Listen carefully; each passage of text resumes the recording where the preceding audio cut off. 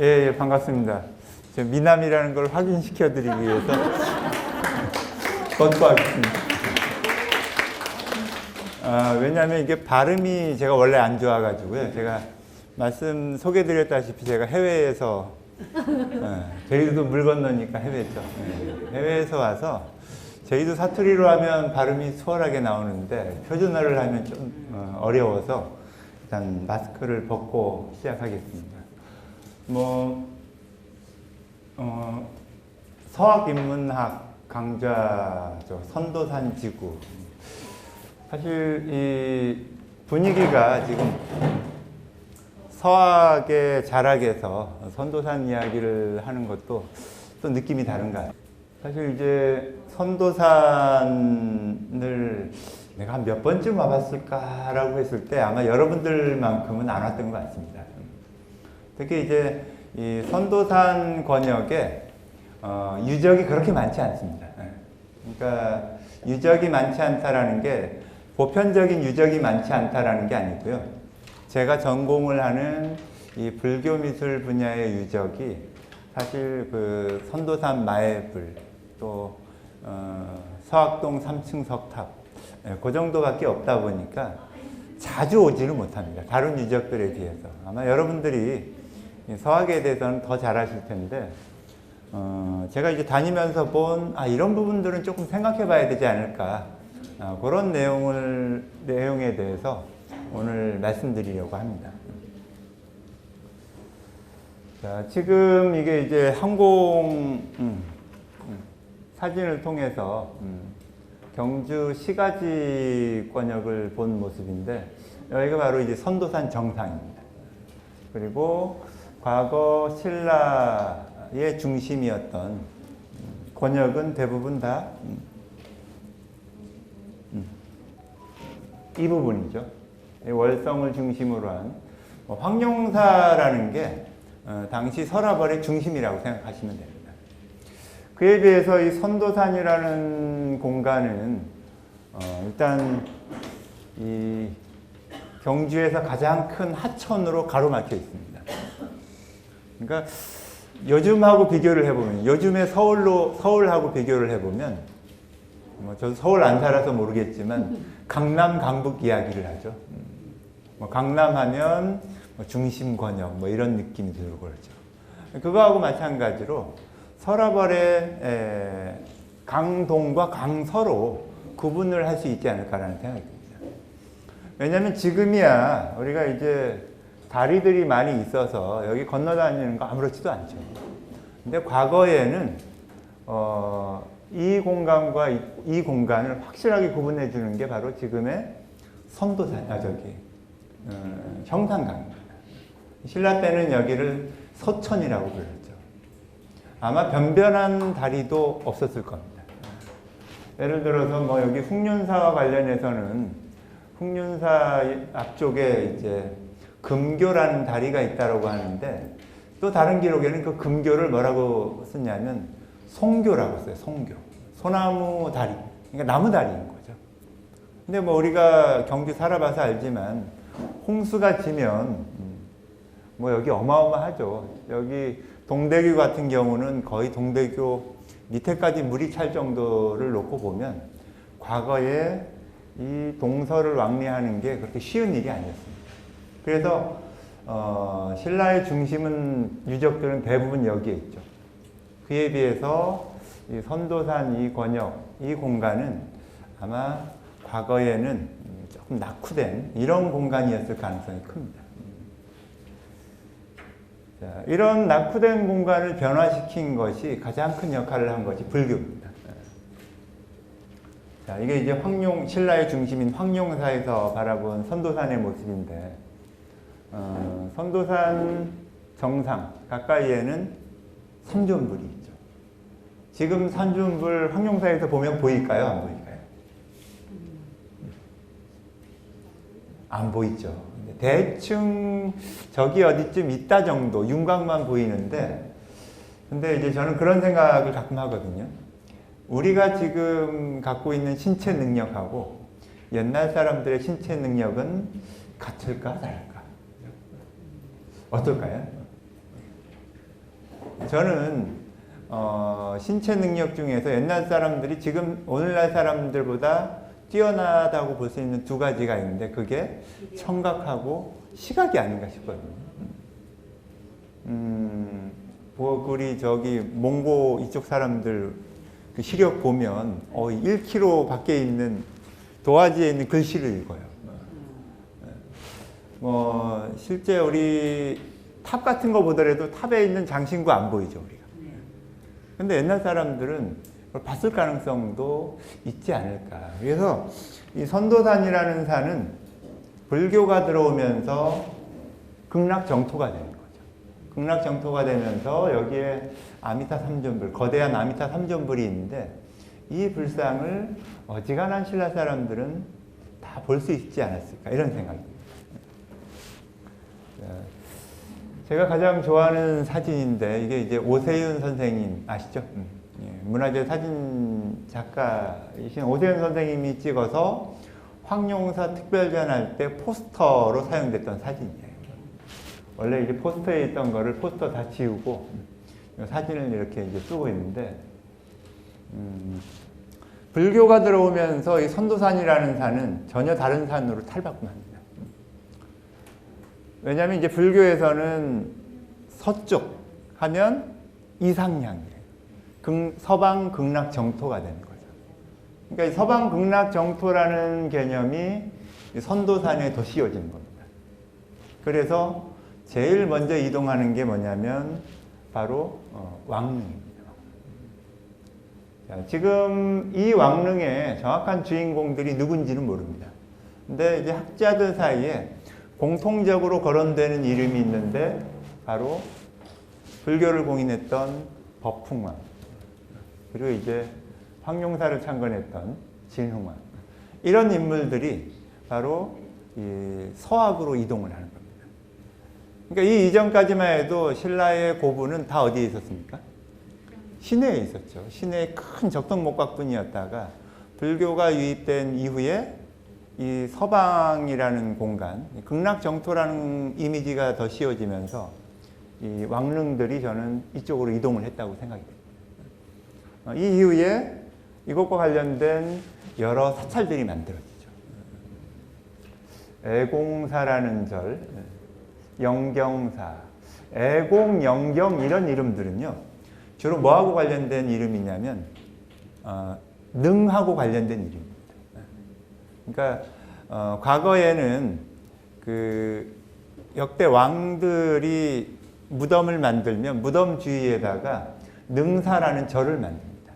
왕릉을 보호하고 또 왕에 대한 명복을 비는 그런 기능을 하는 능사라는 게 조성이 되는데 이름들이 보면 애공, 특이하죠. 공의 죽음을 애도한다는 뜻을 담고 있습니다. 영경, 영원히 공경합니다. 그러니까 대표적인 능사가 뭐냐면 가문사예요. 문무왕릉이 있고 문무왕의 은혜에 감사드린다는 뜻을 담고 있죠. 그러니까 능사와 관련된 이름들은 일반적인 불교적인 이름이 아니라 조금 특이한 이름들이 많이 나타납니다. 자, 우리 이제 오늘 주제가 석조 미술인데 선도산에서 가장 대표적인 석조 유물이 뭘까요? 예? 마해삼존불. 네. 자, 객관적인 시각에서 이거는 정말 정말 뛰어난 미술품이다라고 평가할 수 있는 게 뭐가 있을까요?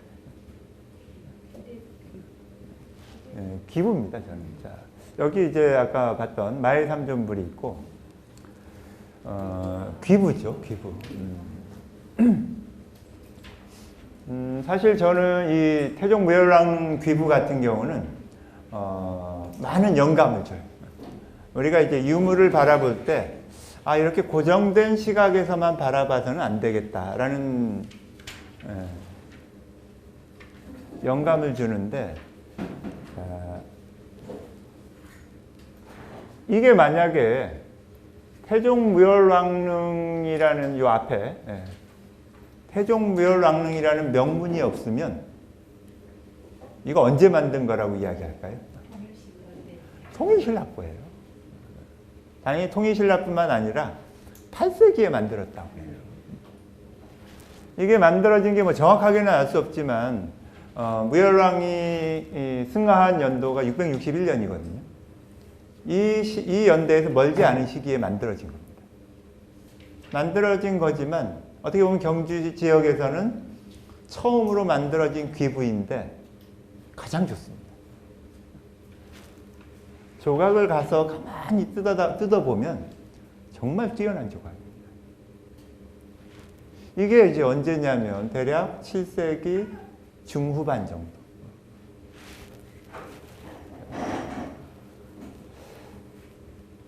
이런 조각. 굉장히 섬세한 조각이죠. 이게 이제 7세기대에 만들어진다라는 거를 우리가 주목해서 봐야 된다는 거예요. 왜냐하면 지금 현재 우리는 신라 최고의 전성기 하면 대부분 다 경덕왕대라고 이야기하죠.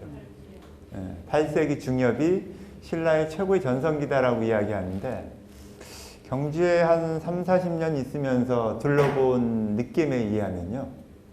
8세기 때는 유적이 많이 남아있지 월등하게 뛰어난가 이런 부분에는 약간 의심이 됩니다. 오히려 이제 저는 신라 불교 미술이 가장 전성기는 7세기 후반에서 8세기 초까지. 그러니까 문무왕대에서 성덕왕대까지의 미술품들이 가장 뛰어납니다. 자, 그리고 이제 또 한 가지는 이런 걸 볼 때 우리가 생각하면서 볼 수 있는 게 이 돌. 이 돌은 어디에서 왔을까? 놀라지 마세요. 코로나 균 죽이는 거예요. 이 돌이 경주에서는 못 보는 돌이에요. 경주의 돌은 주로 화강암이지 않습니까? 그렇죠? 그래서 그러니까 이제 우리 앞으로 학문 분야도 다양한 분야하고 같이 연구를 해야 된다는 게 이 돌의 원산지가 경주 인근일까? 아니면 더 멀리일까? 더 멀리까지는 해외까지도 가능해요. 해외에서 옮겨왔을 가능성도 있습니다. 왜냐하면 이 좋은 재료라는 거는 특히 이제 백제 같은 경우들은 보면 무덤에 쓰는 관제 이런 것들은 일본에서 가지고 오거든요. 그래서 이 돌의 원산지가 어디인지를 파악하면 당시에 어느 만한 노동력을 가지고 이걸 여기로 옮겨와서 그리고 이제 그런 것도 가능하죠. 여기에서 만들었을까? 만들어서 가져왔을까? 어땠을까요? 가져와서 만들까요? 만들어서 가져올까요? 두 가지 다 가능합니다. 장점이 다 있어요. 왜냐하면 만들어서 가져오면 무게를 줄일 수 있습니다. 그에 비해서 오다가 파손될 염려가 있죠. 그래서 이제 재료를 옮겨와서 만들면 무게가 많이, 그러니까 운반하는 데는 힘들지만 파손의 위험은 없는 거죠. 이런 것들을 우리가 이제 상상해 보는 거죠. 유물들을 보면서. 어떤 방향에서 해석하는 것이 더 합리적인 해석일까요? 그러니까 이제 지금도 마찬가지죠. 아주 능력이 뛰어난, 기량이 뛰어난 작가가 있고 기량이 모자란 작가가 있죠. 그러니까 잘 만든다고 해서 늦게 만든 거고 못 만든다고 해서 앞에 만든 게 아니에요. 시기에 따라 다 중복이 됩니다. 그걸 이제 가장 극명하게 나눌 수 있는 게 뭐냐면요. 누가 발원해서 만들었는가? 누가 주문했는가?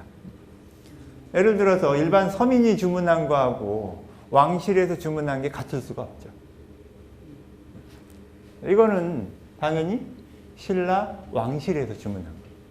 왕실에서 주문하게 되면 당대에 가장 기량이 뛰어난 사람이 참여해서 만드는 거죠. 그렇기 때문에 시대를 뛰어넘어서 이런 게 만들어지는 거예요. 자, 비슷한 시기입니다. 그렇죠?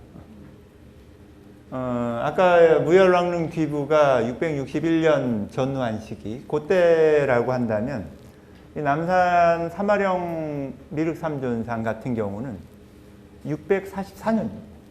10년 차이에요. 10년 차이밖에 안 나는데 전혀 다른 조각이죠.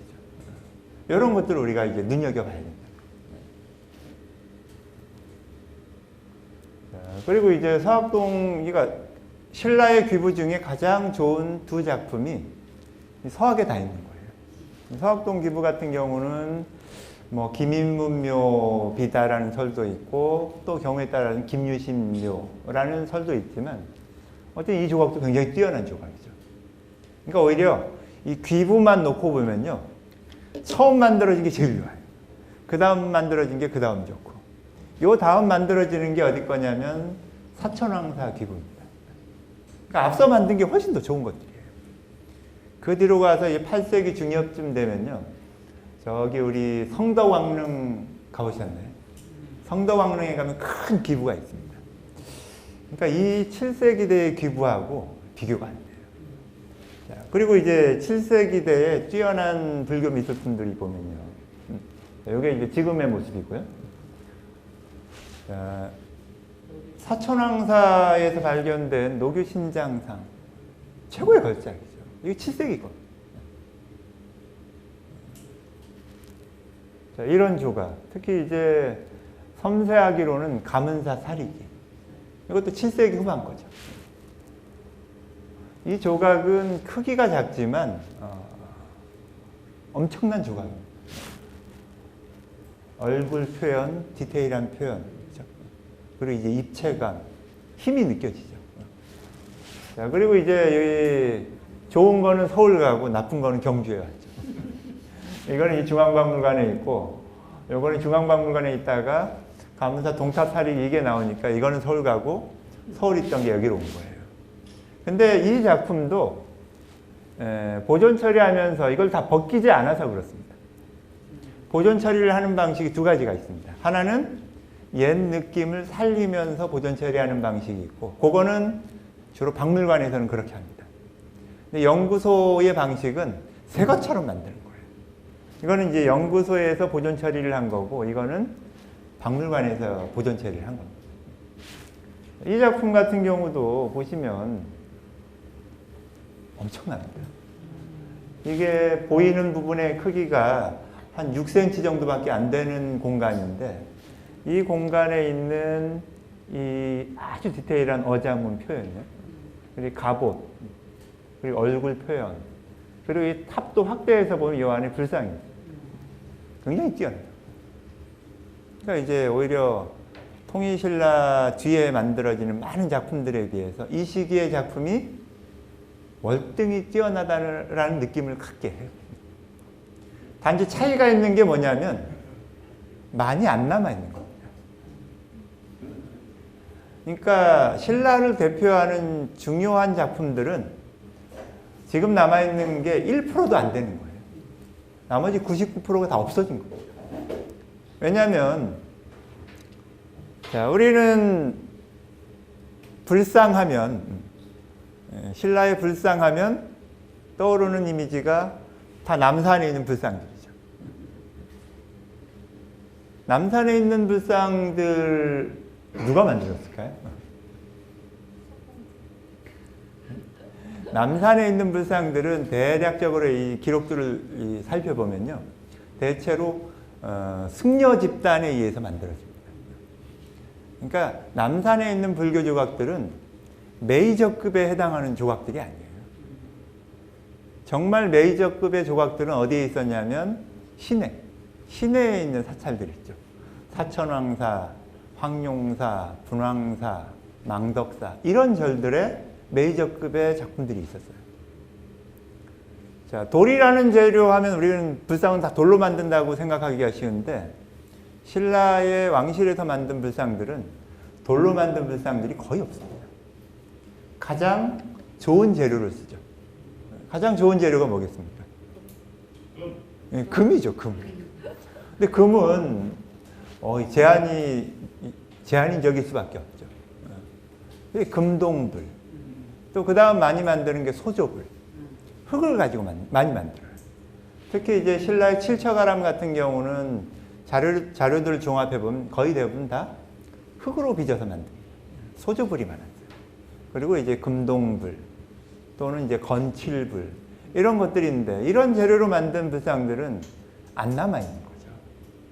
그러니까 신라의 왕실에서 만든 불상은, 돌로 만든 불상은 저는 개인적으로 석굴암이 가장 최초일 가능성이 있어요.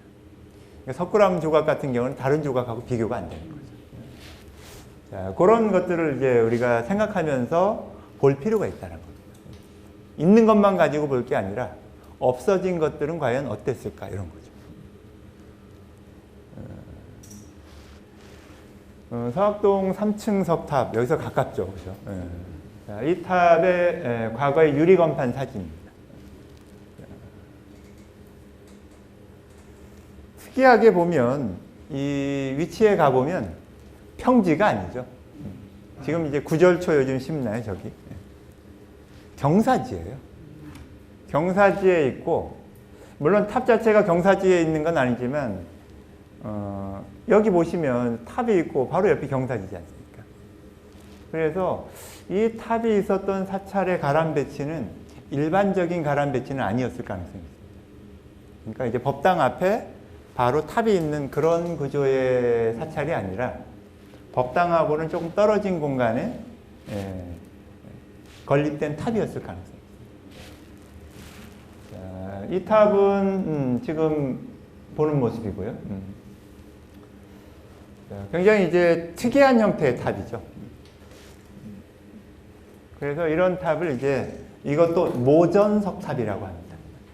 그러니까 모전석탑 중에는 분황사탑처럼 벽돌을 직접 쌓아서 벽돌처럼 돌을 다듬어서 쌓아서 만드는 방식이 있고 이런 방식으로 만드는 게 있는데 가장 큰 차이점은 지붕돌에 밑에도 층급이 있고 위에도 층급이 있고 이게 이제 차이점입니다. 이게 이제 벽돌탑을 본떠서 만든 탑이기 때문에 이런 형태가 나타나는데 이것만 다른 게 아니라 기단도 특이합니다. 기단도 이제 큰 돌덩어리를 쌓아서 이렇게 만드는 방식인데 이런 형태의 탑이 경주 지역에도 있고 또 이제 그 의성 탑리 탑이 대표적인데 경북 북부권에도 이런 형태의 탑이 있습니다. 근데 차이가 있다면 경주 지역에 있는 이런 형태의 모전탑들은 기단이 돌덩어리로 되어 있습니다. 그에 비해서 경북 북부 지역에서는 일반 석탑처럼 상층 기단, 하층 기단을 갖는 그런 차이가 있습니다. 그리고 이제 또 어떤 차이가 있냐면 여기를 보시면 금강 역사상이 좌우로 있죠. 그러니까 모전탑에서는 여기에 기둥이 표현이 안 됩니다. 기둥이 표현이 안 되기 때문에 금강 역사상을 새기기가 쉬운 거예요. 여기에 기둥까지 표현되면 금강 역사상을 조각하기가 굉장히 곤란해집니다. 그리고 이제 지금 여러분들 가서 자세히 보시면 요 입술 부분에 채색이 남아있습니다. 오늘 이제 채색 말씀을 잠깐 드릴 텐데 이런 식으로 이제 위에도 층급이 있고 밑에도 층급이 있는 이런 방식. 대표적인 게 지금 우리 남산리에 가면 하나는 일반형 석탑이고 하나는 모전탑이 있죠. 왜 이렇게 구분해서 만들었는지 참 궁금해요. 이렇게 탑을 만들었을 때 무슨 장점이 있길래 이런 형태로 만드는지, 그죠? 자, 또 이제 선도사는 뭐니 해도 이분 거예요. 선도산 마의 삼종들. 답사 지난번에 다녀오셨나요? 네? 답사 안 가셨나요? 네? 못 갔습니까? 답사?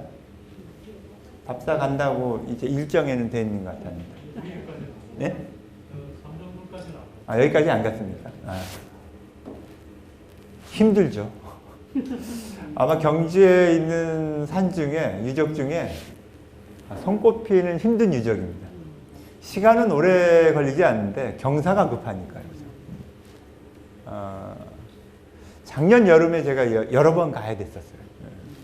이게 이제 일제강점기 때의 모습인데, 옆에 있는 보살상이 없죠.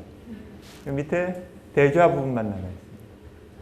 여기에 이제 얼굴 부분이 보이는 사진. 그리고 이제 보살상의 머리가 이렇게 떨어져 있습니다. 그리고 이제 이 작은, 요게 크기가 어느 정도 되는 거냐면 한 물병 정도, 이 정도 되는 거예요.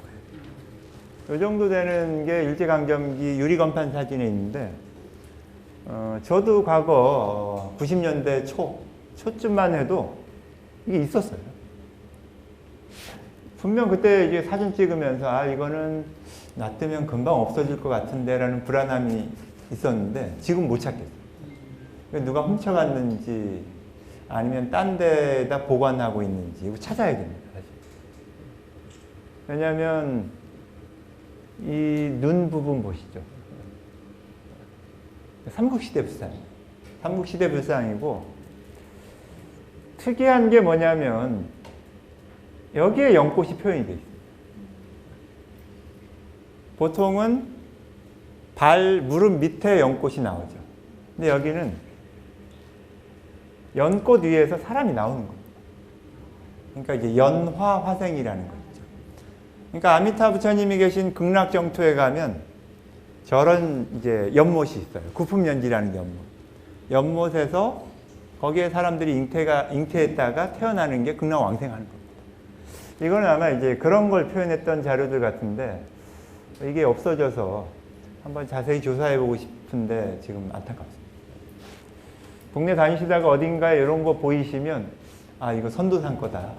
빨리 갔다가 박물관에 기증해라 이렇게 이야기해 주시면. 이게 이제 1960년대 사진인데 양옆에 있던 보살상들이 다 굴러떨어져서 밑에 떨어져 있었어요. 계곡 밑으로. 그래서 이것들을 지금 옮겨다가 복원을 한 모습이 지금의 모습이죠.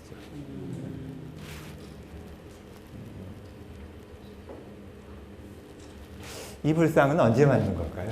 우리가 항상 궁금해하는 게 언제 만들었을까요? 지금은 7세기라고는 보는데 7세기 언제? 삼국시대냐 통일신라냐?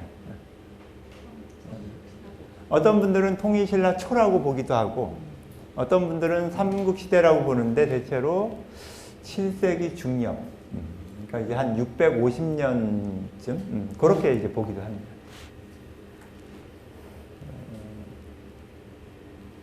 근데 여기서 이제 우리가 주목해봐야 되는 게 굉장히 특이한 구조입니다. 본존상은 바위에다 새겼죠.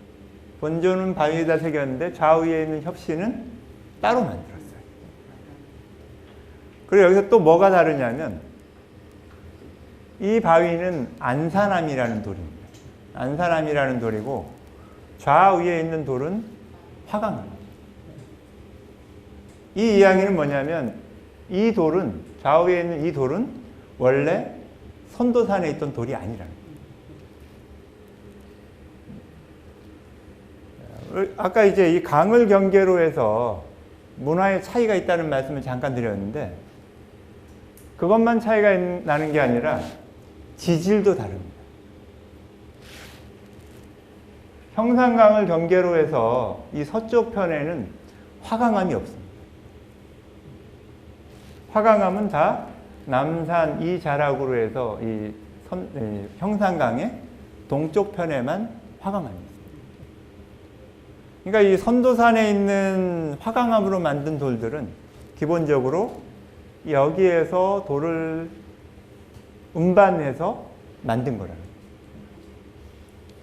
지금이야 뭐 그냥 크레인 갖다 떠서 트럭으로 옮기면 되지만 이때 당시는 그러니까 지금 우리가 보는 선도산 권역에 있는 이런 화강암으로 된 유물들 이거는 만드는데 다른 유적에 비해서 2배 이상의 공력이 들어간다는 거예요.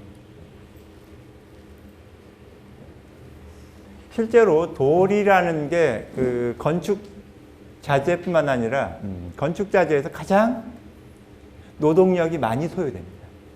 그러니까 몇 명 가지고는 못 만든다. 실제 이제 과거 기록 중에 보면 이 석가탑의 1층 옥계석, 이 옥계석을 밑으로 내리는데 300명이 동원이 됐는데 이걸 못 내려요. 그래서 50명을 더 추가해서 이걸 내렸다는 기록이 나옵니다. 이걸 올리는 데도 아니라 이걸 바닥으로 내릴 때의 기록입니다. 뭐 이거죠. 자, 그리고 이제 고려시대 기록 중에는 이 정도사 탑이라는 게 그렇게 큰 탑이 아닙니다. 석재들도 다 작죠.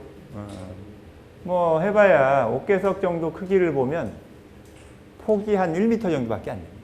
두께는 한 40cm. 어쨌든 이 탑을 만드는데 이 석재를 옮기는데 1000명이 계속해서 옮겼다라는 기록이 나와요. 그러니까 이제 돌을 옮기는데 얼마나 많은 사람들이 필요한지를 보여주는 거죠. 자, 그리고 이제 그 남산 자락에 있는 최진립 신도비. 이 신도비 같은 경우도 이 비석을 새기는 이 돌 있죠. 이 돌을 저기 치술령에서 옮겨왔다고 해요. 치술령에서 옮겨왔는데 이걸 옮기는데 900명이 동원이 돼서 옮겼다라고 해요. 그러니까 이제 돌을 운반하고 가공하는데 얼마나 많은 공력이 들어가는지를 보여주는 자리죠. 이 크기가 뭐 이 정도밖에 안 돼요. 뭐 높이가 대략 한 2m 정도. 그러니까 이제 우리가 가문사 탑 이런 것들은 상상을 초월하는 거죠. 근데 가문사만 상상을 초월하는 게 아니라 이 돌. 이게 크기가 거의 이제 3m 60. 이 정도 되는 석재를 옮겨간 거예요. 선도산 가보신 분들은 알 겁니다. 경사. 우리 학생들하고 가는데 젊은 학생들도 되게 힘들어해요. 산을 한 번도 안 올라가 봤던 친구가 그러더라고요. 아, 산신령들이 왜 지팡이를 짚고 다니는지 알겠다. 그러니까 맨몸 가는 것도 힘든데 이 엄청난 크기의 돌을 산 정상까지 옮겨간 거예요. 얼마나 동원이 됐을까요? 뭐 길이라도 제대로 있는 것도 아니죠. 그러니까 이걸 보면 이 선도산 정상에 있는 이 불상을 조성하는 데는 일반인들의 노동력 가지고는 안 되는 거예요. 왕실에서 관여하지 않으면 이 작업을 할 수가 없어요. 그래서 저는 개인적으로 이 불상이 신라 석불의 거의 초기, 어떤 면에서는 가장 오래된 불상이 아닐까라는 생각도 듭니다. 그러니까 마애불이 파급되는데 굉장히 영향을 준 불상이 이 불상이 아닐까라는 생각이 듭니다. 선도산에서는 그러면 주는 게 없을까? 남산에서는 돌을 가져갔는데 선도산과 관련해서 주목해 볼 수 있는 게 바로 이 분황사 탑입니다. 이 분황사 탑은 아시다시피 돌을 벽돌처럼 다듬어서 만든 탑이죠. 이 재질이 뭐냐면 안산암이라는 재질입니다. 근데 이 안산암이 경주 인근에서 선도산하고 내남 이쪽에 나요. 기존의 연구 중에는 이 안산암이 울산에서 나서 울산에서 옮겨온 거다라는 논문이 있습니다. 제가 볼 땐 울산까지 보기에는 너무 멀고 이 선도산에 있는 여기 이제 안산암 부재들이죠. 가문사 그 분황사 뒤에 가면 담장 옆에 석삽재들이 이렇게 쌓여 있습니다. 가까이서 보시면 밖으로 드러나는 돌들은 굉장히 잘 다듬었는데 안에 들어가는 부재는 대충 다듬어져 있어요. 이게 이제 선도산 주상절리. 이 주상절리에 있는 게 이게 다 안산암이에요. 그러니까 안산암은 이렇게 층층이 돌이 부서지기 때문에 그 벽돌처럼 다듬기가 쉬운 거예요. 그래서 저는 개인적으로 이게 아마 분황사 탑의 석재로 쓰인 돌이 아닐까라는 생각을 합니다. 이거 한번 테스트를 해봐야 돼요.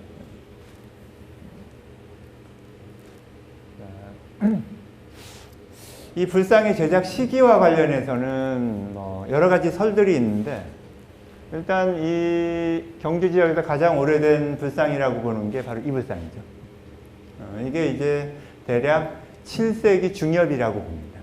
7세기 중엽이면 한 650년. 또 조금 올려보시는 분들은 7세기 전반 이렇게까지도 봅니다.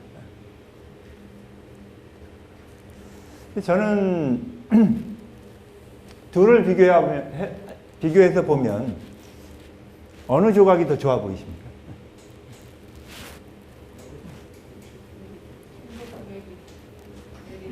이게 훨씬 자연스럽습니다. 이 불상이 훨씬 경직되어 있어요. 섬세하기로는 이게 더 섬세한 조각이지만 양식적인 부분에서는 이게 훨씬 경직되어 있어요. 저는 이 베리보다 이 불상이 더 앞설 가능성이 있지 않나는 생각입니다. 그리고 이제 그런 이야기 하죠. 비례. 몇 등신이냐. 몇 등신이냐 하는 이야기도 어느 정도 크기가 돼야 그 이야기를 할 수 있는데 2배가 차이가 납니다. 높이가. 그러니까 이제 이 비례만 가지고 이야기하기는 이것도 안 맞는 거예요. 그래서 이 삼존불이 이제 언제 만들어졌느냐, 그런 거 이제 앞으로 계속 연구가 돼야 되는데, 여기서 주목할 수 있는 게 뭐냐면요, 손가락이죠. 이게 이제 시무웨인 여원인 들어보셨죠? 우리 아까 베리 삼존불 같은 경우는 손바닥을 완전히 펴고 있습니다. 근데 여기는 왼손을 보시면 소지하고 약지를 접고 있어요. 이런 식으로 소지하고 약지를 접는 방식이 6세기대 불상들이 더 많이 나옵니다. 경주 지역에서는 유일하게 이 두 손가락을 접고 있는 시무의 여원을 한 게 바로 이 불상입니다. 자, 그리고 이제 또 하나 특이한 게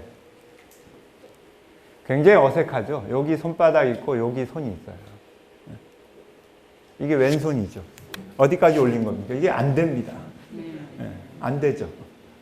보통은 이렇게 내리죠. 자연스럽게. 근데 여기는 보면 이만큼 올라가 있습니다. 이만큼. 어깨 위까지 올라가 있죠. 이게 왜 그러냐면 의도한 게 아니라 어쩔 수 없이 이렇게 만들 수밖에 없는 거예요. 왜냐하면 이 밑에 돌이 있죠. 이 부분은 이 불상 만들 때부터 깨진 돌입니다. 그러니까 이걸 뭘 보고 알 수 있냐면 옆에 보시면 채색이 여기 잘 남아 있습니다. 붉은색 채색. 그래서 어쩔 수 없이 손을 이만큼 올린 거죠. 자, 그리고 이제 선도산 그 마애불 주변에서 발견된 기와가 이런 기와가 나옵니다. 자, 이 기와는 주로 어디 기와들하고 비교가 되냐면요, 뭐 홍륜사지라든지 황룡사, 주로 이제 6세기, 7세기 초 이 무렵에 조성된 사찰에서 발견되는 연화문하고 거의 같은 범위죠. 똑같이 거의 같죠. 그래서 이 기와만 놓고 보더라도 이 기와를 대체로 6세기 후반에서 7세기 초로 봐요. 이런 면에서 보면 이 아마도 경주에 있는 석불 중에는 가장 오래된 불상일 가능성이 저는 개인적으로 이제 자꾸 듭니다.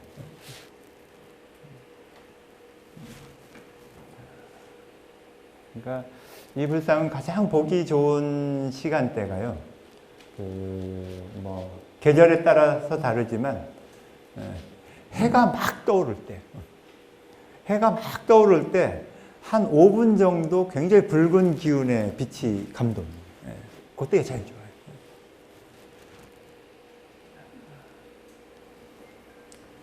근데 이제 선도산 과거에 이제 제가 황룡사 불상에 관심이 많았어요. 황룡사에 가시면 요즘도 이제 자주 가는데 황룡사에 가면 큰 돌들이 있죠. 여기 이제 장육존상이 있었던 대석입니다. 이 세 개의 돌과 더불어서 주변에 이런 돌들이 있죠. 이 돌들하고 이 돌을 비교해 보면 차이가 있습니다. 기본적인 차이는 여기에 다 뭐 불상 종류들이 서 있던 돌이긴 한데 차이가 있다면 여기는 동그란 원이 있죠. 근데 여기는 네모난 구멍만 있습니다. 이게 왜 차이가 나냐면 여기는 불상이고 좌우에 보살상입니다. 불상하고 보살에는 기본적으로 연화대자가 들어갑니다. 그러니까 이 시설은 뭐하고 관련이 된 거냐면 연화좌하고 관련된 거예요. 연꽃대좌.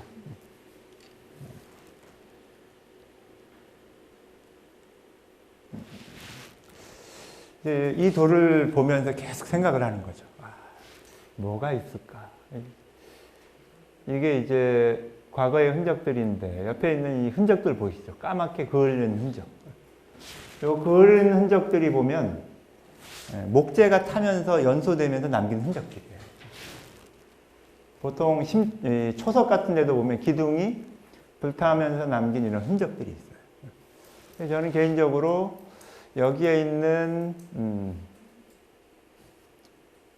대좌는 불상은 금동불이지만 대좌는 목재일 가능성이 있지 않나라는 생각을 합니다. 그리고 이제 자세히 보면 여기에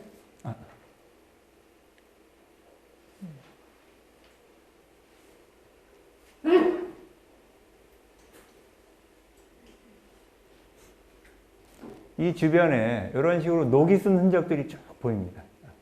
이 흔적들이 일정한 간격으로 보이는데 이게 뭐냐면 이런 형태의 철편들을 꽂았던 흔적입니다. 이 철편들은 주로 어디에 쓰이냐면 탑도 이제 만들 때 공간이 약간 뜨거나 안 맞을 때 있죠. 그럴 때 이런 철편을 끼워 넣기도 하고 이런 거는 뭐냐면 목재 기둥을 세웠을 때 초석하고 이렇게 수평이 안 맞을 때 이렇게 끼워 넣었던 철편들이 그대로 녹이 슬어서 이게 남아있는 겁니다. 이걸 가지고 보면 이게 이제 밖에만 있는 게 아니라 안팎에 다 있습니다. 이 녹슨 철편의 흔적이요. 여기 보면 여기에도 녹슨 조각이 보이고 여기도 조각이 보입니다. 이 이야기는 뭐냐면 여기에 목재로 만든 대좌가 있는데 목재가 통으로 되어 있는 게 아니라 조각조각 되어 있는 거예요. 어떤 식이냐면 이런 식의 형태를 추정해 볼 수가 있습니다. 자, 이게 이제 불상에 발을 꽂는 곳이고 아까 요 옆에 있는 게 그 불상 주변의 동그란 도랑입니다. 여기에다가 앞뒤로 철편을 끼워 넣고 이 연판을 깎아서 이런 식으로 이제 끼워 넣는 방식입니다. 이렇게 끼워 넣는 방식. 이런 식으로 만들어서 전체를 완성하면 이런 식으로 되는 거죠. 지금 이제 연꽃이 없어진 상황입니다. 근데 공교롭게도 이런 식으로 연판을 조각조각해서 불상을 만든 사례가 바로 선도산입니다. 선도산 조각도 보면 여기 이런 식으로 석재를 하나하나 따로따로 만들어서 대좌를 만들었어요. 이건 원형은 아닙니다. 원형은 어떤 식이냐면 그 옆에 보면 이런 돌들이 있어요. 돌에 동그란 거 보이시죠? 이게 뭐냐면 연꽃의 자방이 있죠. 자방에 있는 씨앗을 표현한 거예요. 어떤 식이냐면 여기도 이거 보이죠? 이런 표현이에요. 그러니까 이제 선도산 그 대좌 같은 경우도 가운데 동그란 돌들을 깔고 거기에다 동그란 이런 씨앗을 표현하고 연판을 이렇게 세우는 방식으로 원래 이제 그런 방식이라고. 석굴암, 아니, 저기, 황룡사의 방식하고 같은 방식이에요.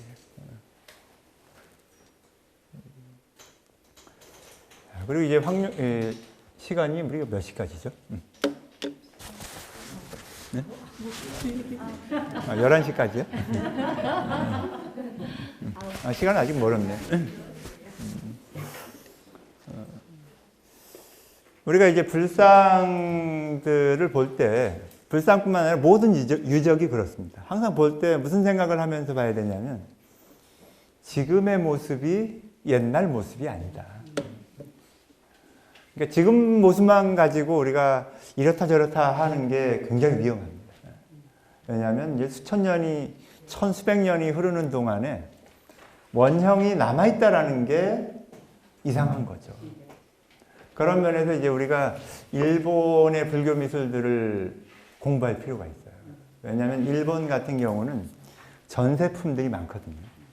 계속 사찰에서 쭉 이어져 오는 것들이 많아요. 그런 걸 참고해서 보면 우리가 지금 이런 모습으로 변한 게 원래는 이런 것일 수가 있다. 이런 것들을 많이 참고하게 됩니다.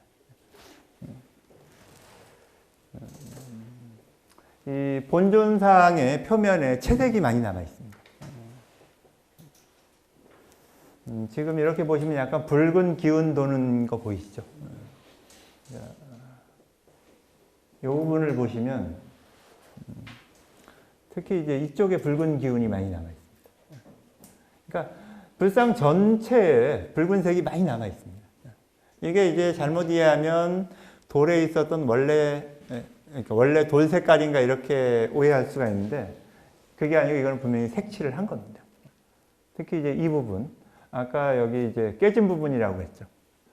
이런 부분들을 보면 여기가 이제 붉은색이 잘 남아있죠. 왜냐하면 그만큼 여기는 비가 많이 안 닿는 부분입니다. 그리고 이제 여기도 보시면 이 주변에 붉은색, 채색들이 보입니다. 여기를 확대해서 보면 이 채색이 명확하게 보이시죠. 실제 불상은 우리 석불들 같은 경우가 표면에 장엄을 하지 않는 게 이상한 겁니다. 우리는 보통 불상이 뭐 채색이 되어 있고 이러면 이상하게 보이죠. 근데 오히려 돌로만 불상을 만들고 아무런 장식을 안 한 게 그게 더 이상한 겁니다. 전 세계 불상 중에 우리나라 석불들 말고는 그런 불상들이 없습니다. 그래서 이제 우리 과거의 모습은 어떤가? 뭐 다들 잘 아시는 감실불상 같은 경우가 뭐 영락없는 채색이죠. 특히 여기는 비를 잘 안 맞죠. 비를 잘 안 맞는 공간에 채색이 많이 남아 있습니다. 제가 이제 대학 갓 졸업했을 무렵, 그때 이제 채색에 관심이 많았는데, 공교롭게도 저 뒤에 계신 우리 박홍국 교수님도 동시기에 채색에 관심을 가지셔서 많은 이야기를 나눴던 기억이 납니다. 이 채색을 조사하다 보니까 감실불 벽면에 이렇게 연꽃 가지하고 연꽃 그림이 있습니다. 아시나요? 네. 제가 찾은 거예요. 이게 한 90년대 중반쯤 된 것 같네요. 근데 이제 어떤 분들은 이거 자연적으로 생긴 거다. 자연적으로 생긴 게 기적이죠. 이거는 채색을 한 겁니다. 분명히 이제 이 색깔이 농담의 차이도 나옵니다. 자세히 보시면 연잎이 3개로 되어 있는 일종의 이제 벽화죠, 이게. 그때 기억을 되돌려 보면, 저는 이거 찾아서 굉장히 신기했어요.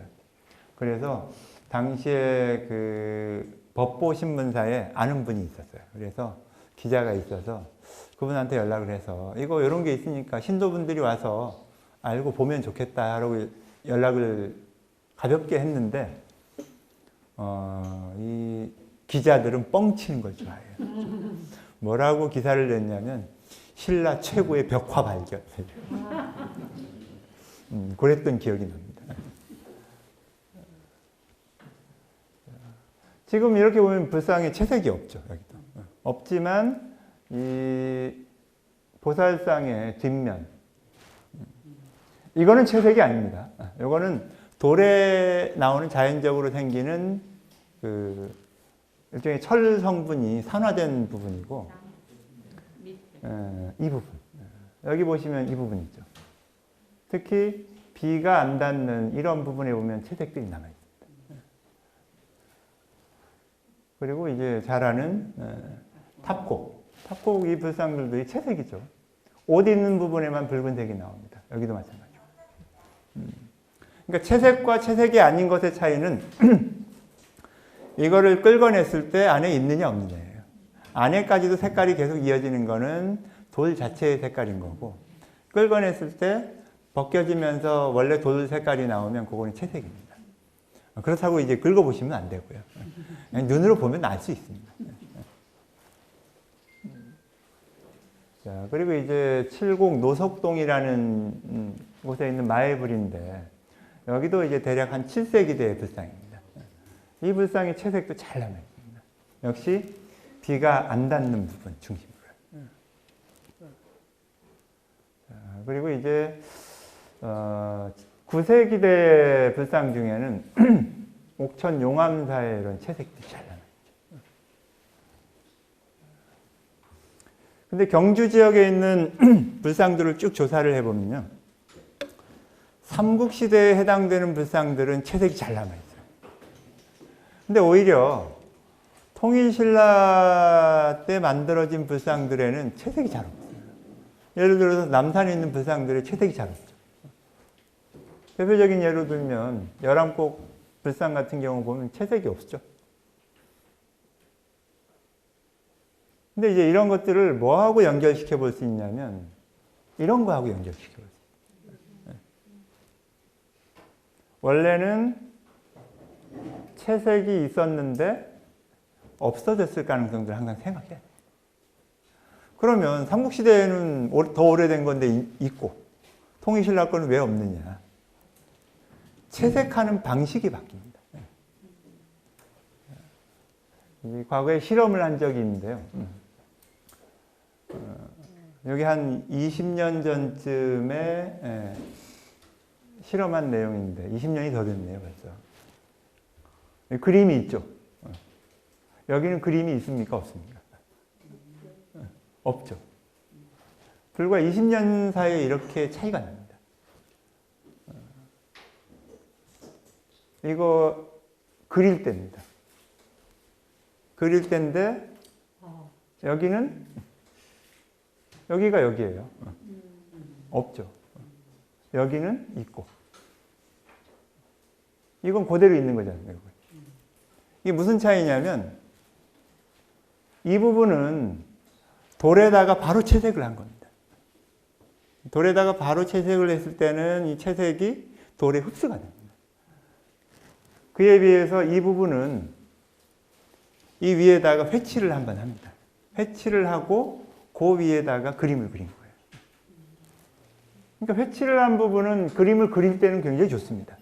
그림도 잘 그릴 수 있고 색도 선명하게 나오고.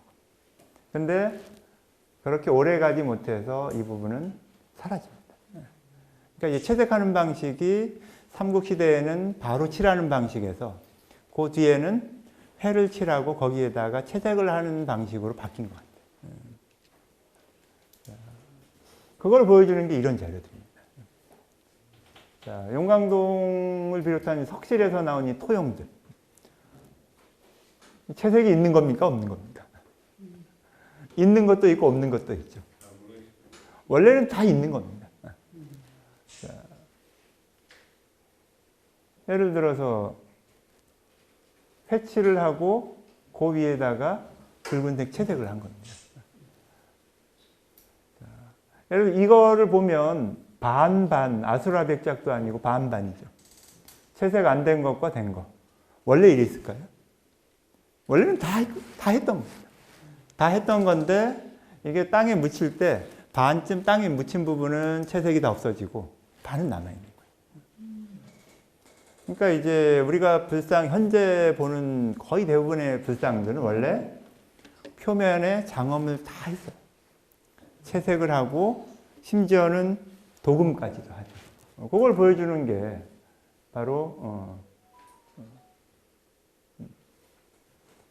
여기도 보면 이 부분의 원래 색이 이게 아닙니다. 원래 색 중에 이게 떨어져 나간 거죠. 바닥에 해치를 하고 여기 이제 붉은색 부분이 약간 남아있죠. 이런 식으로 이제 하는 거예요. 그리고 이 최근에 발견된, 남산에서 발견된 불두. 이 불두를 보면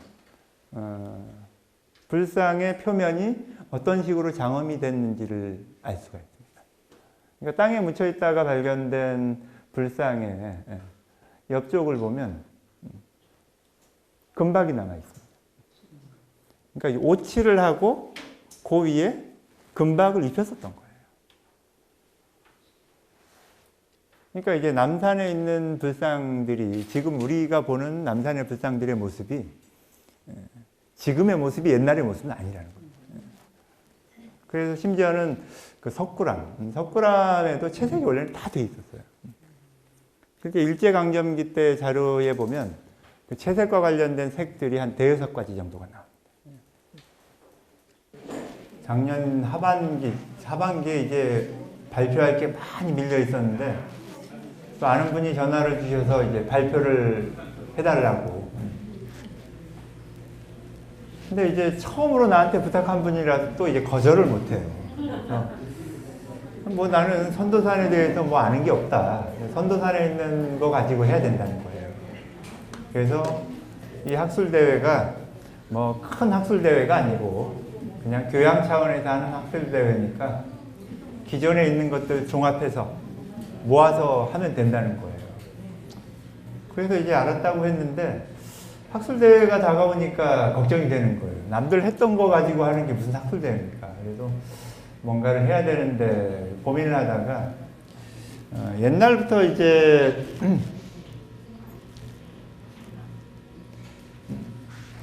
궁금한 부분이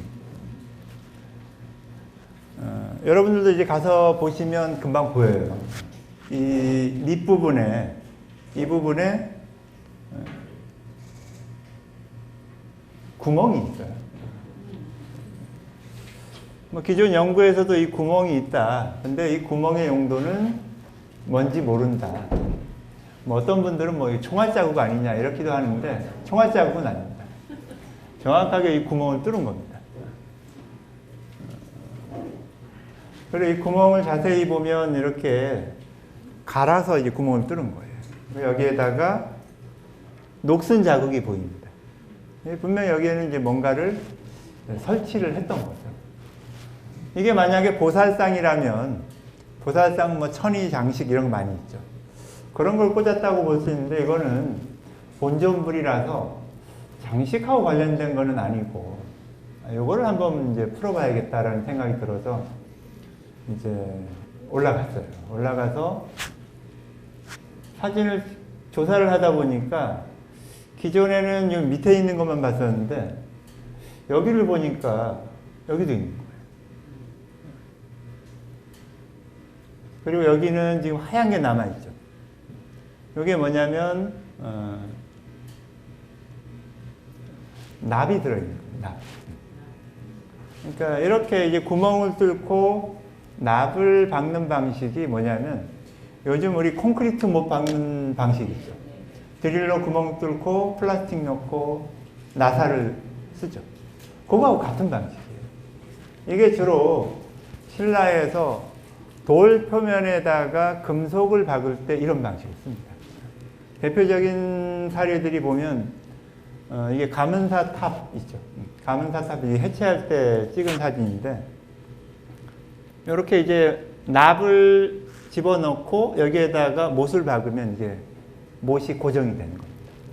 그러니까 이거는 뭐 어느 부분이냐면 그 탑 처마에 보면 풍경 달리는 거 있죠. 풍경을 고정할 때 이런 방식으로 구멍을 뚫어서 이렇게 이제 고정을 합니다. 이거 보고 이제 이거 여기도 있어서 이거 더 신기하죠. 근데 이걸 찾았다고 좋아하다가 보니까 여기도 구멍이 있어요. 굉장히 작은 구멍이죠. 이거는 심상치 않다. 그래서 그날은 다시 내려오고 이거 전체 조사를 해봐야겠다고 해서 조사를 한번 해봤습니다. 여기 구멍이죠. 그리고 이제 집에 와서 확대해서 보니까 여기에도 구멍이 있고 여기에도 구멍이 있어요. 그리고 여기에는 못이 그대로 박혀 있는 게 있어요. 여기도 구멍이 있어요. 못이 있는 데는 이렇게 이제 두 개의 원을 그렸고, 이제 하나 있는 데는 구멍만 있는 거예요. 못이 실제 이렇게 청동으로 된 못이 남아있어요.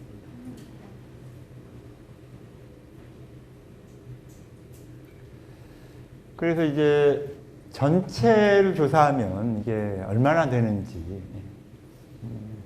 이게 조사하는 장면인데, 그러니까 이제 요즘은 뭐 드론 띄우고 뭐 이런 방법이 있는데, 그 정도는 안 되고. 그래서 저는 개인적으로 이제 낚시를 좋아하거든요. 제가 제주도 출신이라서요. 낚시를 할 때 필요는 없는데 있어야 될 것 같은 장비가 뭐냐면 뜰채라고 있습니다. 뜰채. 그 뜰채는 뭐냐면 큰 물고기 물었을 때 그냥 올리지 못해서 이제 떠내는 건데 아직까지 한 번도 써본 적은 없어요. 차에는 있었어요. 그래서 이게 이제 뜰채인데 길이가 한 6m 가까이 나옵니다. 그래서 이걸 조사하는 방법으로 머리를 굴렸죠. 뜰채를 이용하고 여기 끝에다가 셀카봉을 감았죠. 셀카봉을 감고 여기에다가 이제 핸드폰을 걸어서 올려서 밑에서는 안 보이니까요. 사진을 찍는 거예요. 근데 여기까지는 되는데 셔터를 누를 방법이 없어요. 셔터 어떻게 누르면 됩니까? 아니요. 김치 하면 찰칵해요. 모르시나요? 네. 김치 하면 찰칵하는 시스템이 있어요. 그래서 올려놓고 밑에서 김치 이렇게 찍어서 내려와서 확인하고 이런 방식으로 조사를 했어요. 그러니까 이제 뜰채는 한 번도 쓴 적이 없는데 세월을 낚는 데는 많이 씁니다. 여기 보면 이제 지금 턱 부분이죠. 못이 보이시죠? 자, 여기에 못이 있고 여기도 못이 있습니다. 그리고 이제 불상 손바닥. 못이 많죠? 여기에 네모나게 표현한 거는 큰 구멍이에요. 그러니까 이제 왼손에도 이런 큰 구멍이 3개가 있고 여기 작은 구멍들. 그리고 이제 여기 이 부분은 못이 남아있는 부분. 이게 신기하죠? 자, 그리고 이제 얼굴 측면 부분에도 보면 여기에 네모난 구멍이 있어요. 네모난 구멍이 있고 여기에는 여기 큰 구멍이 있고 작은 구멍들이 이렇게 열지어 있습니다. 이렇게 해서 이거를 전체를 봤더니, 그러니까 아마 정밀 조사하면 더 많이 나올 겁니다. 보면 못 있는 부분들이 이만큼 있고 못 없는 게 이렇게 보입니다. 요거 전체를 조사한 내용을 전체를 옮겨봤더니요, 이런 현상이 나옵니다. 큰 구멍이죠. 큰 구멍이 이런 식으로 여기에 아마 4개가 있었던 것 같고요. 그리고 여기에 3개. 요 옆에 이제 하나가 있고요. 그리고 못들이 이런 식으로 분포가 됩니다.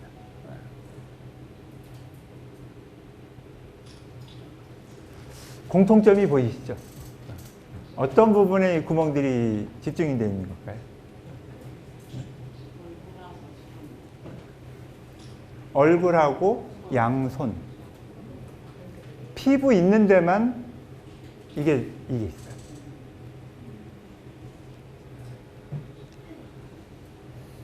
자, 이 불상하고 이제 같이 대입해서 보면 옷을 입은 부분에는 이 구멍이 없어요. 피부가 노출되는 부분. 노출되는 부분만 이런 식으로 못들이 있는 겁니다. 이게 무슨 이야기냐면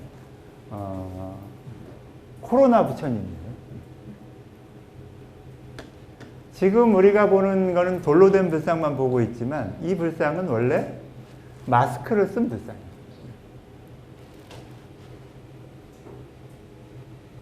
그래서 이제 내려가서 동네 이제 친구들 만나면 이제 놀리는 겸해서 무슨 이야기를 하냐면 국내에서 가장 큰 금동불을 발견했다. 이 불상의 원래 모습은 석불이 아니에요. 금동불이에요. 금동불. 얼굴에 금동판을 씌웠던 거예요. 얼굴하고 양손에. 그러니까 어떤 식으로 이제 되냐면 이런 식으로 금동에 아까 우리 남산불상의 얼굴에 그 도금 남아 있는 거 보셨죠? 그건 이제 도금을 한 거지만 이거는 어떤 방식이냐면 금동판을 전체 씌운 거예요.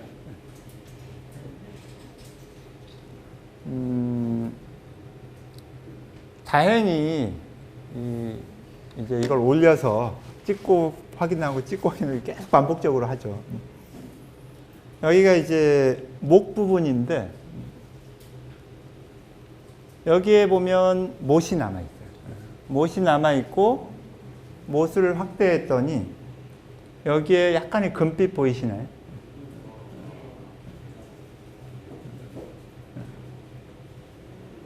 이 부분에 금동판이 이게 못에 씹혀 있는 거예요. 유일하게 이제 이게 남아 있어서 이게 원형이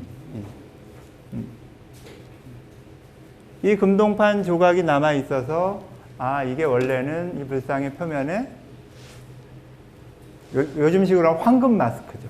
황금 마스크하고 황금 글러브를 낀 불상이었어요. 자, 그리고 이제 이 밑부분. 그럼 이제 밑부분은 뭐냐? 여기에 이제 큰 구멍 4개가 남아있다고 했죠. 여기에 큰 구멍 3개, 큰 구멍 3개. 아마도 이 큰 구멍들은 이 판 전체를 물어주는 역할을 하는 거고, 작은 구멍들이 있었죠. 작은 구멍들은 이 판하고 이 불상하고 밀착시키는 역할을 했던 거예요. 그러니까 이제 아까 밑에, 목 밑에 있는 거에는 판이 씹혀 있는 부분이 있었던 거죠. 자, 그러면 이 밑에는 뭐냐? 밑에는 당연히 불상에 발이 있었겠죠. 불상은 신발을 신습니까? 안 신습니까? 안 신죠. 자, 근데 밑에는 작은 구멍들은 없습니다. 사람들이 보통 생각하기에는 이 불상은 이 밑부분에 발을 원래 조각했었는데 깨졌을 거라고 생각을 해요. 근데 가서 보시면 깨진 흔적은 없습니다. 보통 이 바위가 깨진 흔적은 이런 식으로 나옵니다. 이런 식으로. 여기는 깨진 흔적이 없어요. 이 불상은 원래 발을 조각하지 않은 불상이에요. 왜냐하면 불상, 지금 이제 구멍이 이렇게 있고요. 자, 앞에서 보면 이런 모습이지만 옆에서 보면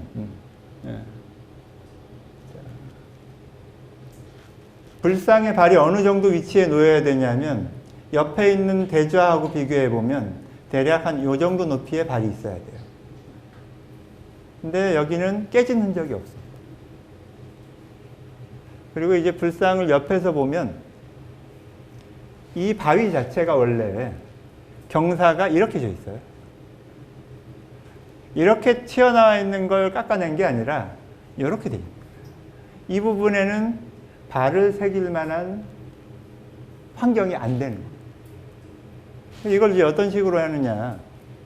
이 부분에다가 발을 금동판으로 만들어서 부착했다. 부착하고 이 발을 이제 올리는 거죠.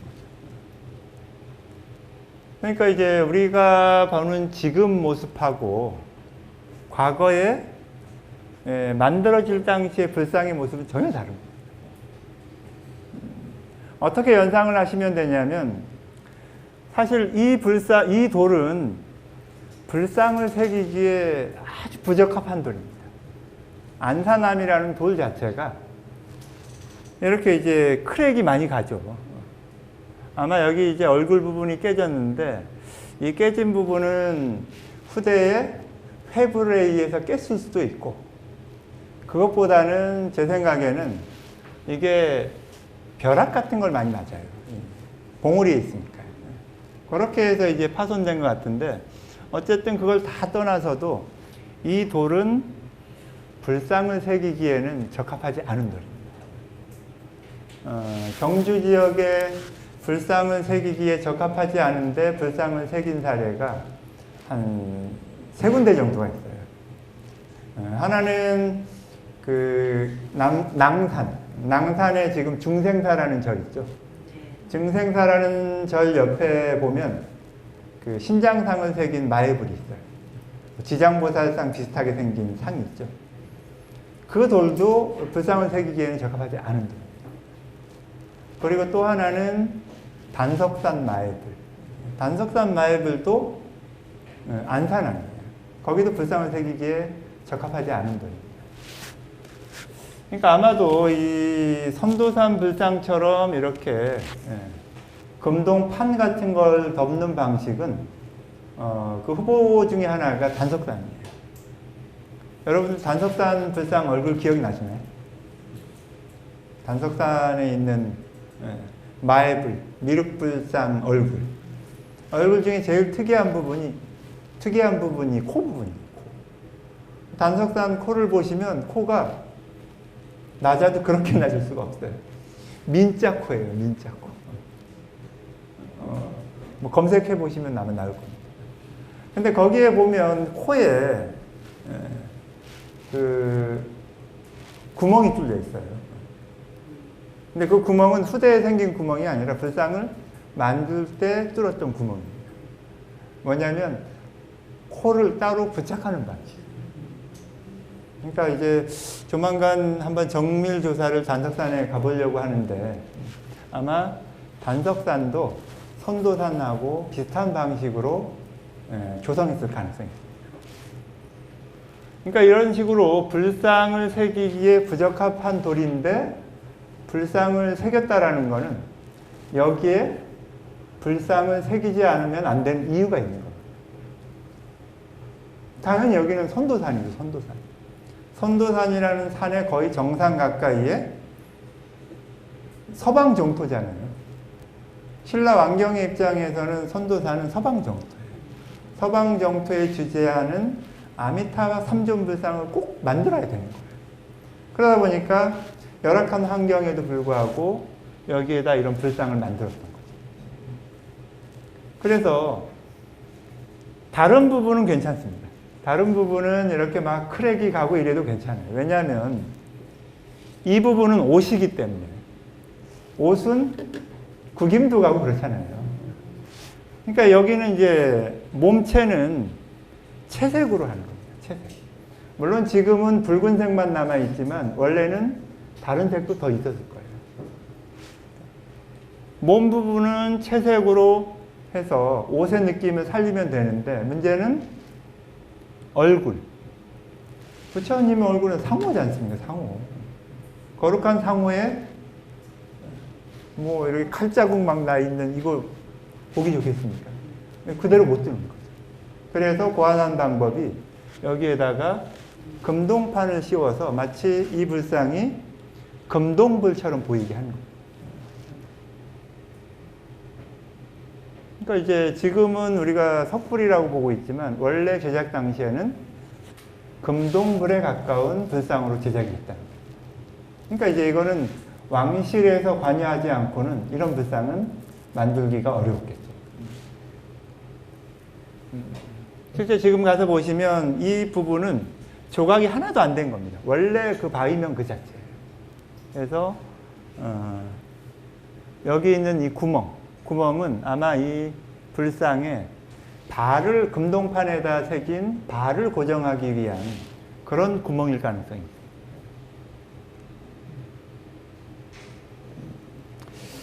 그러고 보면 참 우리가 모르는 게 너무 많았던 거예요. 사실 이 불상을 연구한 지가 100년은 더 됐어요. 이미 보고되고 연구된 지가 100년은 넘었고, 실제 이 불상하고 관련된 논문이 여러 편 발표가 됐어요. 학위 논문까지. 아직까지 이걸 못 봤던 거예요. 그러니까 이게 관심을 가지고 보면 보이는 게 안 보이는 거예요. 계속해서 안목을 키우다 보면 기존에 안 보이던 새로운 것들이 보이는 거죠. 이런 것들을 연관 지어서 보면, 장학리 불상에도 보면 얼굴을 보면 이런 구멍들이 있죠. 이런 구멍은 분명히 금속하고 관련된 것입니다. 그래서 이제 이런 것들이 과연 어디에 사용됐던 건지, 물론 이 불상 같은 경우도 이제 금동판을 덮었는지 아니면 다른 장식이 있었는지는 모르지만 비슷한 방식입니다. 특히 이제 이 서산마의 삼전불 굉장히 유명한 불상이죠. 이 불상이 유명하고 많은 논문들이 나왔지만 아직까지 이걸 못 봐요. 여기 보면 구멍 보이시죠? 이 불상도 이 주변을 한번 정밀 조사를 하면 아마 유사한 방식의 뭔가 표면 장식을 했던 이런 자료들이 나올 수가 있습니다. 오늘 볼 거 다 봤네요. 그죠?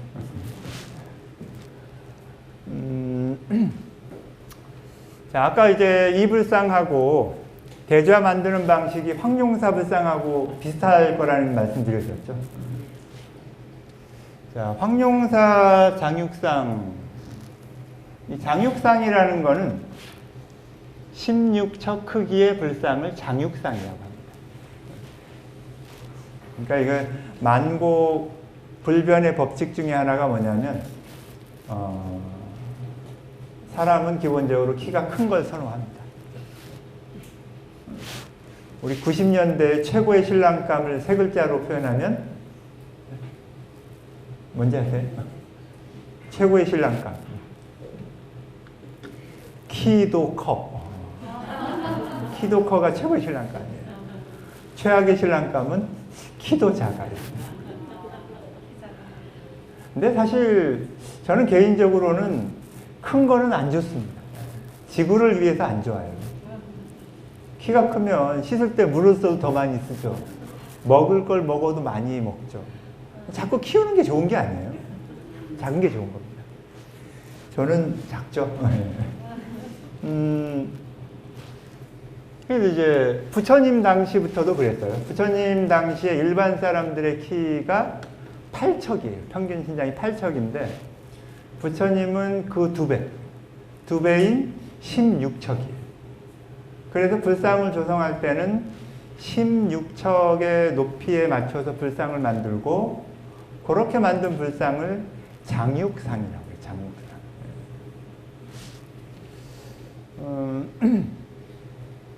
근데 이 장육상이라는 것은 16척인데 1척의 길이가 얼마냐에 따라서 크기는 달라집니다. 그러니까 이 도량형이라는 게 계속 시기별로 변해요. 1척의 길이가 30cm일 때도 있고, 뭐 25cm일 때도 있고, 제일 큰 거는 한 36cm. 이렇게까지 차이가 납니다. 황룡사 불상은 일단 기록상에 장육이라고 나오죠. 16척의 불상이라고 나오는데, 그래서 이제 이 불상의 크기를 보통 어느 정도로 보냐면, 5m 정도로 보통 봐요. 지난번 황룡사 특별전할 때도 불상 높이를 대략 이 정도로 보더라고요. 근데 이거는 5m라는 높이는 당척이 적용되는 당척. 이 당척이라는 거는 통일신라 때 보편적으로 쓰던 척도입니다. 대략 크기가 한 29cm 정도 돼요. 29 곱하기 16 되는 거죠. 그러니까 이 16을 장육이라고 하는 이유는 뭐냐면 10을 다른 말로 장이라고 하죠. 장. 대표적인 게 장땡 아닙니까? 장땡. 장땡의 장자가 바로 이 십자예요. 조금 더 정보를 드리자면 그 단풍 그려진 거 2장. 요거 둔 게 장땡이죠. 여기 이제 이게 장6이라는 게 16이라는 뜻이에요. 어쨌든 이제 5m로 추정하는데 문제는 황룡사 장육상을 만들 당시의 척도하고 통인신라의 척도가 달라요. 그래서 통인신라에 사용되던 척도는 1척이 29cm. 이 정도 되는 거니까 한 5m 정도로 추정을 하는데 황룡사 장육상을 만들던 삼국시대. 삼국시대에는 1척의 길이가 대략 36cm 가까이 됩니다. 차이가 크죠.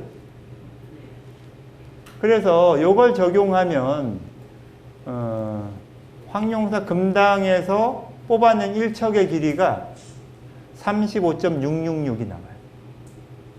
이걸 곱하기 16하면 불상의 높이는 5m가 아니라 5m 70이 됩니다.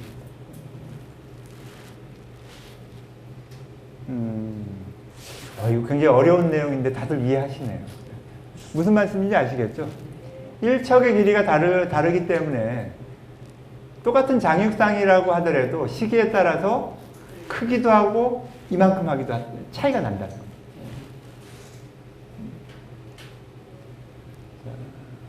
그럼 이제 황룡사 장육상은 이론적으로는 5m 70이에요. 5m 70 정도 돼야 이게 황룡사 장육상이라고 이야기할 수 있는 거죠. 그럼 저는 여기 앉아서 참 황룡사에서 많은 상상을 합니다. 참 제가 제일 좋아하고 가기만 하면 행복해지는 공간이 이 공간인데 재밌는 게요. 여기 가면 돌이 3개 있지 않습니까? 금당에. 돌이 3개 있는데 이 돌 3개 가지고 논문을 3편을 썼더라고요. 그 중에 하나인데 이 불상의 크기를 어떻게 하면 복원할 수 있을까? 구체적으로. 여기 보면 네모난 구멍 2개가 뚫려 있습니다.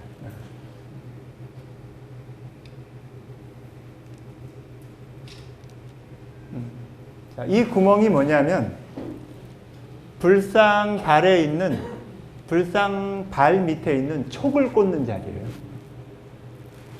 보통 이제 불상들 세울 때 지금 잘 서 있죠. 이 불상 마침 지금 경주박물관에 전시하고 있어요. 대구박물관 유물인데 특별 전시회로 지금 경주박물관에 와 있는데 정말 뛰어난 작품입니다. 발 밑에 보면 발 밑에 촉이 달려 있어요. 어떤 거냐면 이런 식으로. 이런 식으로 이 발 밑에 촉이 달리고 이 촉을 꽂았던 자리가 바로 이 자리예요. 자, 지금 황룡사지 가서 보시면 이런 동그란 원 주변에 도랑이 있었죠. 도랑이 아까 이제 연판을 끼우는 자리라고 말씀드렸는데 여기에 구멍이 2개가 뚫려 있다고 했죠. 이 구멍도 처음 보기에는 중앙에 뚫렸겠다 이렇게 생각하기가 쉬워요.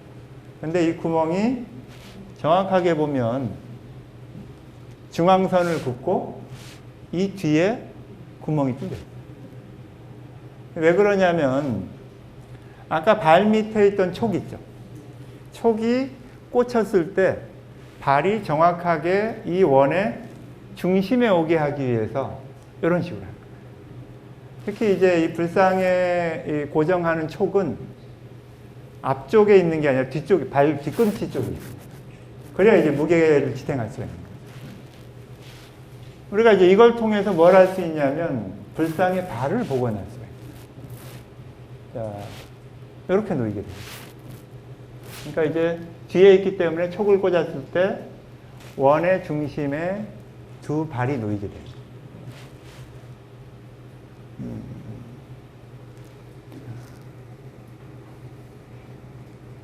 이 지금 2 구멍의 간격이 68cm예요.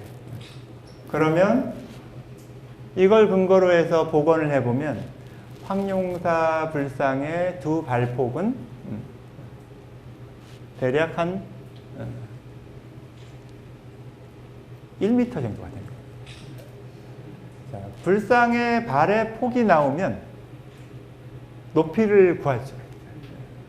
왜냐하면 큰 불상이든 작은 불상이든 비례는 같거든요. 그래서 황룡사 불상이 만들어지던 시기 6세기대의 불상들을 가지고 통계를 내보는 거예요. 그러니까 발의 폭을 1이라고 했을 때 높이의 비례는 어떻게 됩니까? 한 20개 정도 불상을 조사해 가지고 평균치를 내봤어요. 제일 큰 것 빼고 제일 작은 것 빼고 나머지를 가지고 복원을 했더니 불상의 발의 폭을 1로 했을 때 전체 높이가 1대 5.66이 나와요. 그러면 황룡사 자육상 발이 1이었죠. 1m였죠. 그러면 이 불상의 높이는 566. 거의 아까 우리가 예상했던 570 크기의 불상으로 복원이 됩니다. 아무것도 없는 데서 오만 상상을 다 하죠. 공부는 재밌어요. 그러니까 책을 보는 게 공부가 아니에요. 그러니까 공부의 최상의 공부는 보면서 생각을 해보는 겁니다. 나라면 어떻게 했을까? 이런 걸 생각해 보는 거예요. 제가 이제 왜 이 말씀을 드리냐면 선도산 마애불상의 크기가 얼마나 될까? 자료마다 달라요. 이 불상 높이에 대해서는. 그래서 제가 이제 내 장기인 뜰채를 가지고 정확하게 쟀어요. 그러니까 직접 잴 수 없는 방식 없을 때는 이 방법이 최고거든요. 높여가지고 지금 불상 여기 콧등 부분까지가 깨져 있으니까 불상의 전체를 감안해서 복원해 보면 대략 이 정도 높이가 되는 거예요. 그런 다음에 눕혀서 재면 이 높이가 나오는 거죠. 제가 제법 똑똑해요. 자, 이걸 쟀더니 이 높이가 얼마가 나오냐면 6m 14가 나옵니다. 6m 14면 황룡사 자육상하고는 차이가 있죠. 차이가 있는데 여기서 눈여겨봐야 될 부분이 바로 대좌의 높이입니다. 옆에 있는 보살상을 기준으로 해서면 대좌 높이가 43 정도 돼요. 그러면 지금은 바닥까지 잰 건데 여기서 43을 빼야겠죠. 이걸 빼면 본전상의 높이는 571. 황룡사 자육상 크기하고 같은 거예요. 저는 이걸 연구하면서 보니까 이 불상이 황룡사 장육상을 모델로 해서 만들었을 가능성이 있겠다는 생각이 들어요. 그러니까 우리가 이제 황룡사 자육상이 어느 정도 규모인지 어떤 느낌인지 모르겠죠. 선도산 불상을 보면 황룡사 자육상의 윤곽을 그릴 수가 있습니다. 일제강점기 자료를 보면 이 정도 규모예요. 그러니까 이제 황룡사 자육상이 얼마나 큰 불상이었는지, 왜 신라의 삼보 가운데 하나라고 했는지 이런 자료를 가지고 가늠해 볼 수가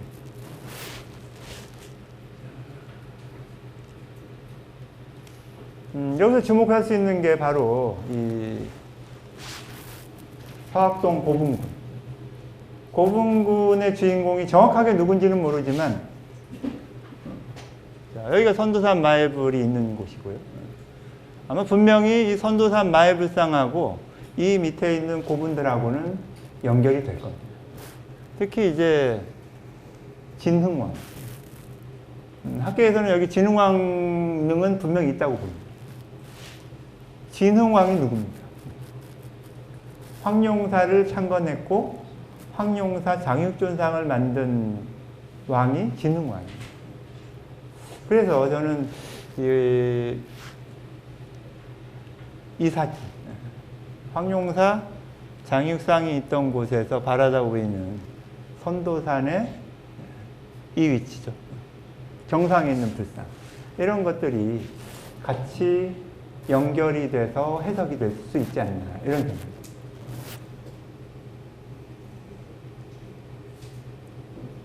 끝났습니다. 이제. 정확하게 시간을 맞춰서 끝냈네요. 그렇죠? 일찍 끝내는 게 좋은 거 아닙니까?